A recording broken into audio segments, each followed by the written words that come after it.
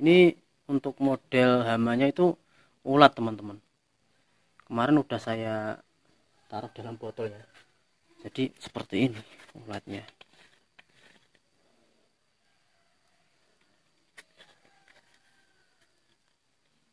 Nah seperti ini teman-teman.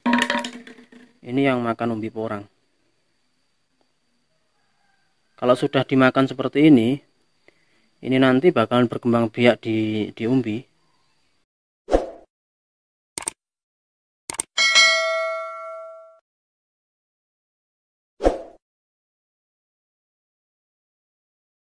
Assalamualaikum warahmatullahi wabarakatuh. Selamat pagi teman-teman. Jumpa lagi dengan saya di AHM Farm Channel. Di channel ini saya bakalan membahas tentang sekitar tanaman porang. Dan apa yang akan saya bahas hari ini yaitu tentang ternyata menanam porang tidak semudah yang kita bayangkan. Jadi kita tanam, terus tumbuh, panen, kita jual, dapat uang banyak. Nah, itu ternyata tidak seperti itu teman-teman. Ada step by stepnya ya, tahapan-tahapan khusus yang memang perlu kita perhatikan. Dan pastinya ada satu kesulitan yang bakal kita temui nanti waktu saat proses perawatan sampai panen. Nah, seperti apa kesulitannya? Simak terus videonya sampai selesai. Semoga nanti bisa bermanfaat buat teman-teman, khususnya mereka yang pengen belajar dan membudidayakan porang. Oke, langsung aja. Menanam porang itu sebenarnya mudah teman-teman. Ya, simple, mudah, namun sulit. Saya katakan simple dan mudah. Tanaman porang ya, dari bibit katak maupun dari bibit umbi. Kalau dari bibit umbi seperti ini, apabila kita tanam tanpa kita pupuk, tanpa kita rawat secara khusus, ini pasti bisa tumbuh ya. Ini saya katakan mudah. Sama halnya dengan katak. Jadi sebelum ditanam itu udah keluar tunas. Sama halnya dengan umbi yang kita panen di bulan 7, bulan 8, itu kalau kita simpan sampai musim tanam seperti ini pasti sudah keluar tunas. Itu saya katakan mudah.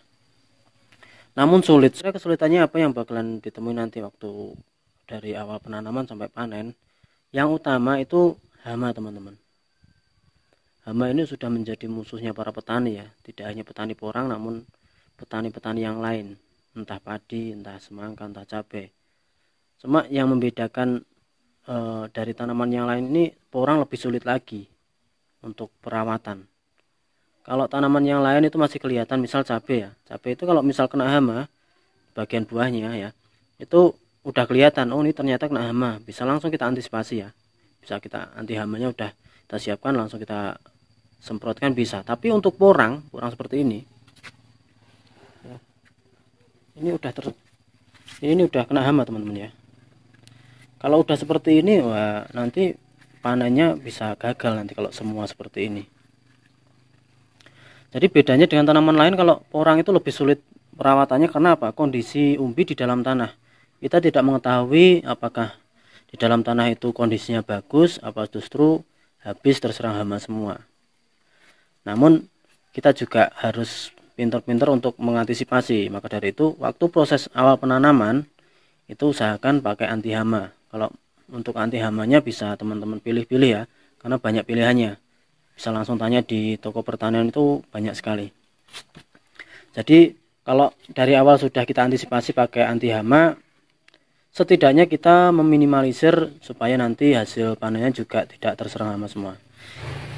Kemarin sekitar 1 kintal sampai 1,5 kintal terkena hama semua teman-teman. Ya meskipun sedikit kalau dibandingkan dengan hasil panennya ya, karena sekitar 2 ton bibit yang kita panen itu sekitar 1 sampai 2 kintal yang kena hama.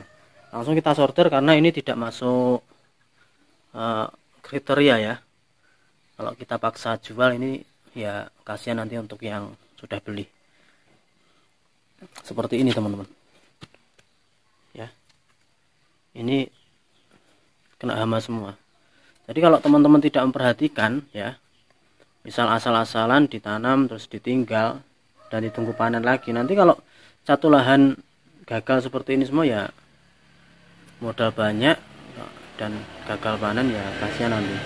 Terus kira-kira bagaimana cara mengatasi, setidaknya minimalisir supaya umbi yang terkena hama itu masih bisa diatasi ya. Ya meskipun tidak semua dimakan ya, ini untuk model hamanya itu ulat teman-teman. Kemarin udah saya taruh dalam botol ya, jadi seperti ini ulatnya.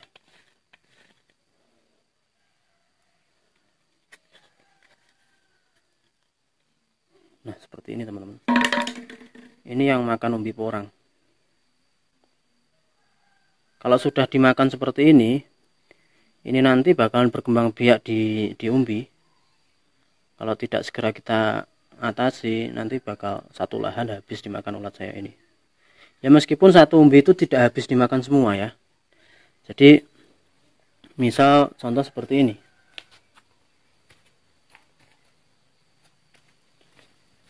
Nah seperti ini. Ini biasanya kalau sudah dimakan bagian sini ya, bagian sini nanti bagian tepinya kan kering. Nah kalau sudah kering seperti ini biasanya ada hama baru yang datang. Apa itu? Rayap teman-teman. Jadi kalau udah dimakan ulat, nanti bagian sini kering, nanti rayapnya datang dan ini diserang dimakan lagi. Kalau kita biarkan dalam jangka lama, itu biasanya nanti satu umbi bisa habis, disisakan bagian atas seperti ini. Ini umbinya. Nah ini kalau kita biarkan lama itu bisa jadi tempat atau rumahnya ulat ini ya. Ini lubang-lubang kayak gini. Ini kalau misal ini yang bahaya biasanya yang dipanen 2 tahun ya, jadi dari katak terus 1 tahun tidak dibongkar itu harus sering-sering ngecek. Nah bagaimana caranya?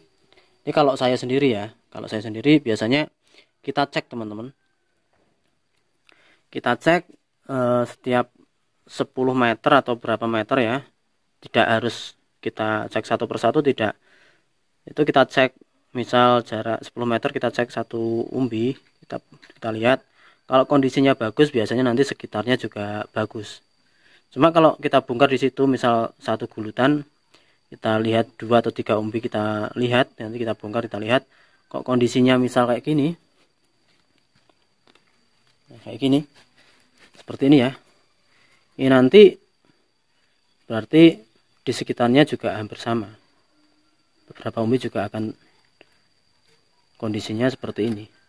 Nah kalau sudah seperti itu berarti wajib kita bongkar semua, terus nanti kita olah lahannya lagi, kita kasih anti hama, baru kita tanam lagi.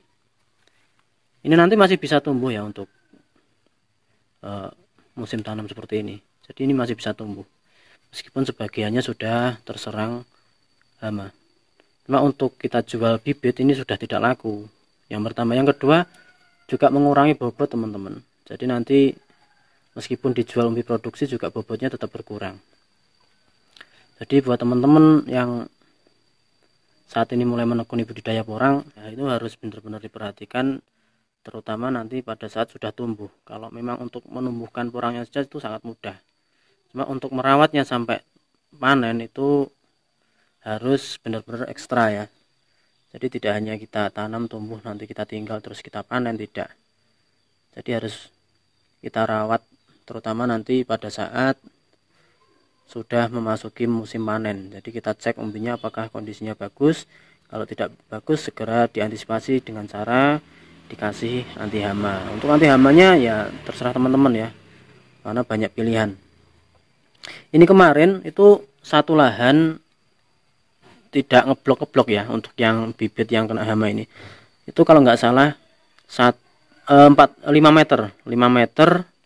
Kan biasanya kalau di pegunungan itu kan modelnya teras ring ya, jadi sap-sap gitu. Nah sap pertama sama sap kedua ini hampir sama, sini ke sini itu 5 meter, sama yang atasnya juga 5 meter, itu hampir kena hama ini saya bongkar, ini saya sendirikan. Jadi kalau lihat dari ini ya, dari yang sudah saya alami ini, nanti kalau teman-teman menemui ada umbi yang sudah kena ulat seperti ini, berarti sekitarnya nanti pasti ada yang kena ulat, itu segera. Nah seperti ini teman, nah masih ada di dalam.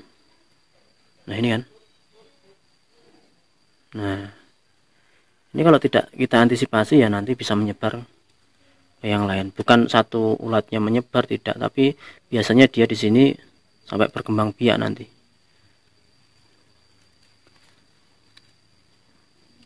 Nah, seperti ini ya. Jadi supaya teman-teman nanti berhasil dalam menanam porang, harus benar-benar diperhatikan, terutama nanti pada saat sudah memasuki musim panen. Jadi bulan 3-4 itu dicek umbinya. Syukur-syukur kalau masih awal penanaman juga sering dicek, malah itu bagus ya. Buat teman-teman yang bibit dari kata itu kan panennya 2 tahun. Nah, kalau memang menghendaki tidak dibongkar, berarti nanti waktu musim kemarau itu harus teman-teman cek lagi. Jadi misal jarak 10 meter atau 20 meter dicek umbinya.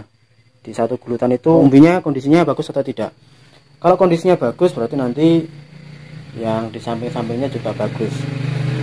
Apabila menemui di satu gulutan ada umbi yang terkena ulat ya, seperti ini tadi, berarti nanti segera dibongkar aja. Tidak harus dibongkar semua, tapi satu tempat yang ada umbi terkena ulat seperti ini harus dibongkar, nanti diolah lagi lahannya dan ditanami lagi. Jadi kurang lebih seperti itu teman-teman ya. Ini tidak mengajari, cuma saya berbagi informasi, berbagi pengalaman supaya teman-teman nanti juga berhasil dalam hal menanam porang. Oke, itu aja teman-teman ya dari saya, sedikit berbagi pengalaman. Jangan sampai gagal nanti ketika kita menanam porang. Semoga teman-teman berhasil di luar sana. Salam sukses petani porang. Sampai ketemu di video selanjutnya. Sekian, assalamualaikum warahmatullahi wabarakatuh.